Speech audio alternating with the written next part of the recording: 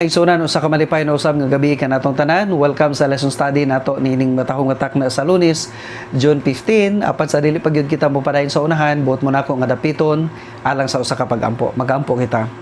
Amahan na mo nga langit no, nagapasalamat kami nining panahon nga among igahin karon sa pagtuon na usab sa among Sabbath School lesson. Hinaut nga ikaw magagiya kanamo. Nasayod kami nga ikaw ang tinubdan sa tanan nga mga kaalam o gangaylang gyud ikaw among pagasampiton o paghangyoon nga magahatag niini. Pusa o Dios palihog lamdagi ang among mahuna-huna aron nga bisan sa mga desisyon nga among paghimuon kami gayod magiyahan. Pasaylo kami sa among mga sala sa ngalan ni Hesus. Amen.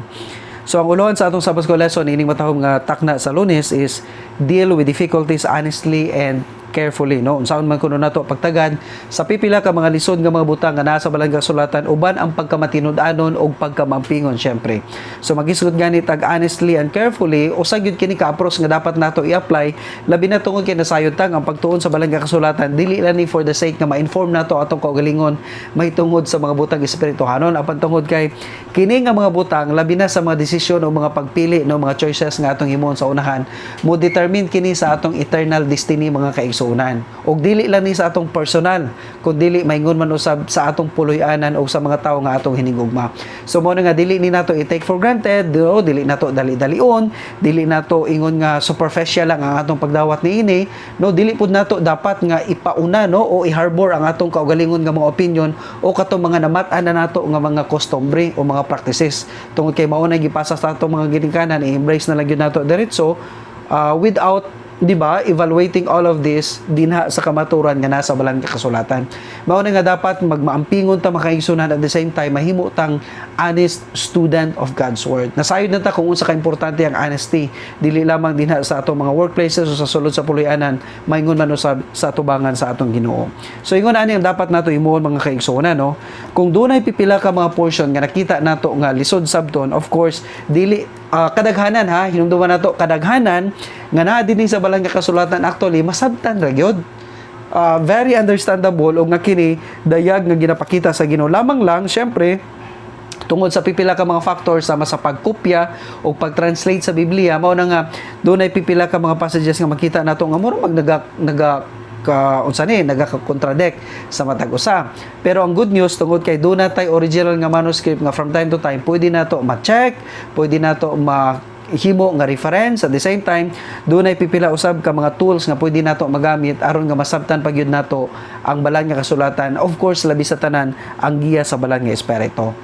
Dunay pipila ka mga rason nga nung usahay ang uban dili honest ang ilang pagtagad sa pulong sa Ginoo. Number 1, tungod kay duna sila'y ginadepensahan na daan nga ilang preconceived ideas or opinion.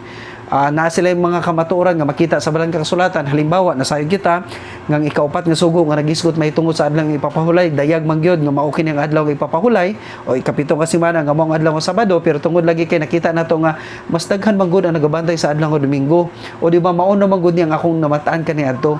O di ba gawas ni anang topic mahitungod sa Sabat, kanang pipila pa gyud ka mga topic nga nakita nato nga tinuod, no gisulti man gyud ni sa Biblia nganong wala man nagitudlo sa mua.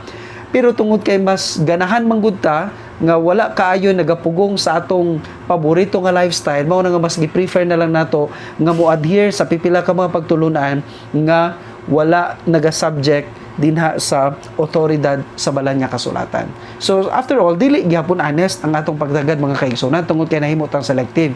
Ikaduha, dunay pipila pud ka mga individual nga nagatuon sa balang nga kasulatan unya wala ginapadayag sa uban tungod kay gusto nila i-manipulate ang mga katawhan, gina-take advantage nila labi na pipila ka mga tawo nga walay access sa balang nga kasulatan o di ba dunay difficulty gyud sa pagsabot sa kadaghanan nga mga butang nga nasa balang nga kasulatan. So ang ilang ginahimo nasayod sila nga dunay plain thus saith the Lord na gyud nga statement pero ilang itwes no lubagon gamay unya mohimo sila kaugalingon nila interpretation pero sila nasayod sila nga diha mismo sa ilang kasing-kasing dili na mao ang buti pasabot pero tungod lang sa personal interest ang ilang magud ginatanaw ang presente nang no wala nila ginatanaw ang mas makahadlok nga butang nga mahitabo sa umaabot nga mga panahon. Mabitaw na nga ingon nila a lie may have a speed, no? Ang baka kuno, do na siya kapaspas, but it is only the truth that will have an endurance. Apan ang kamatuoran lang yun, mao ang mulahutay. Do na siya paglahutay sa karapusan. So paspas man ang pagsulti sa dili tinuod,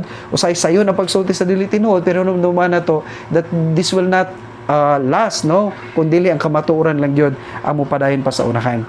So ingon po dani, kung ikaw usa ka magtutudlo sa balang nga kasulatan, kung ikaw usa ka pastor o usa ka evangelist o church leader ba, kung dunay pipila ka mga pangutana nga ipangutana sa tuwa unya, wala tay siguro nga tubag, no, dili ta sigurado sa atong mga tubag, mas maayo pa nga with all honestly atong inon nga, well, sorry kay sister ha, sa pagkakaroon mo wala pa gyud ko na kahibalo sa iyang tubag ni ana, pwede ba nga sa sunod nato nga Bible study ako nang ihatag, ako pa gyud ang tun-an. Mas maayo na nga himuon nato mga kaigsunan kaysa muhatag kang usa ka superficial nga tubag nga eventually makita nga dili day mao, or maghimo kag kaugalingon nimong tubag nga dili day siya mao. After all, dili lamang nga malimbungan nimo ang usa ka individual, duna usab kitay accountability ni ana diha sa atong buhi nga Ginoo.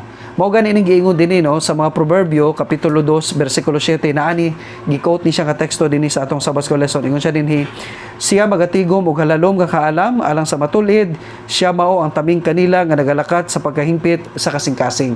So kung honest gyud ta makaigsunan, sincero ta sa atong pag susi sa kamatuoran, hinumduman nato nga ang Ginoo mao'y mo supply sa tanan nga mga kakulangon nato. Nakahinumdum ta di ba?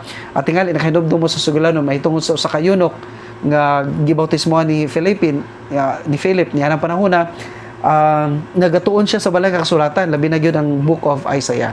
So pinagi sa impression sa balang espiritu, miduol si Philip, unya gipangutana siya kung nasabtan ba gyud niya ang iyang gibasa, ingon pa niya unsaon ako pagkasabot kung walay mo pasabot niini. So niana panahon na gitabangan siya ni Philip, unya niining panahon na nagdesisyon siya sa pagpabautismo. So likewise mga kaigsuonan, walay monopoly of knowledge. Tingali ang uban nato dunay tay taas nga mga degree, no, masters and even doctoral degree sa uban nga mga aspeto sa pagtuon, pero dili unta ta maulaw, no, bisan taas ng atong nakabot nga mga unsa na kaalam o academic accomplishments, dili ta maulaw mo submit gyapon sa pipila ka mga tawo nga nasayod ta nga dunay dako nga nahibaw-an usab diha sa balay nga kasulatan. No, we should be honest sa atong kaugalingon. Tingali expert ta sa medical field, expert ba ta sa engineering nga field, expert ba ta sa ingon ani nga mga field.